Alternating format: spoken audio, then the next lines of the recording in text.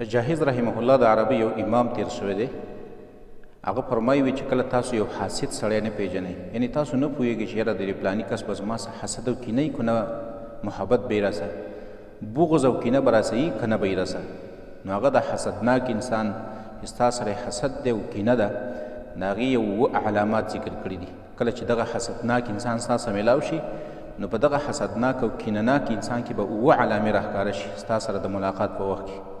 هغه فرمایي وما لقیت حاسدا قط الا تبین لك مکنونه. کله چې تا سره یو حاسد انسان میلاو شي، نو تا ته به د هغه پټ شیونه راښکاره شي.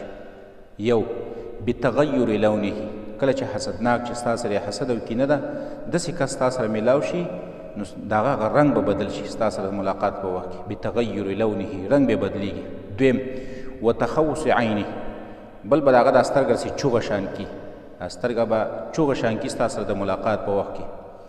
او دریم و اخفاء سلامه، چې کله په تا سره میلاو شي او په تا سلام کوي، نو سلام به داسې پټ شان وارتئ، د زړه نه به د باندې سلام نه ارتئ، غلی سلام به د باندې وارتئ. څلورم والاقبال علی غیرک، ستا سره چې میلاو شي، نو دا به بل چاته متوجه کیږي، په ځای د دې چې تا ته متوجه شي بل چاته به متوجه کیږي.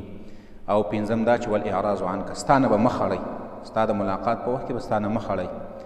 او شپږم علامه دا ده چې والاستثقال لحدیثک، ستا خبره به په هغه باندې درنه لګي، ته چې کومه خبرې کوې د هغه سره ملاقات په وخت کې په مجلس کې، نو دا ستا خبرې به په هغه باندې درنې لګي.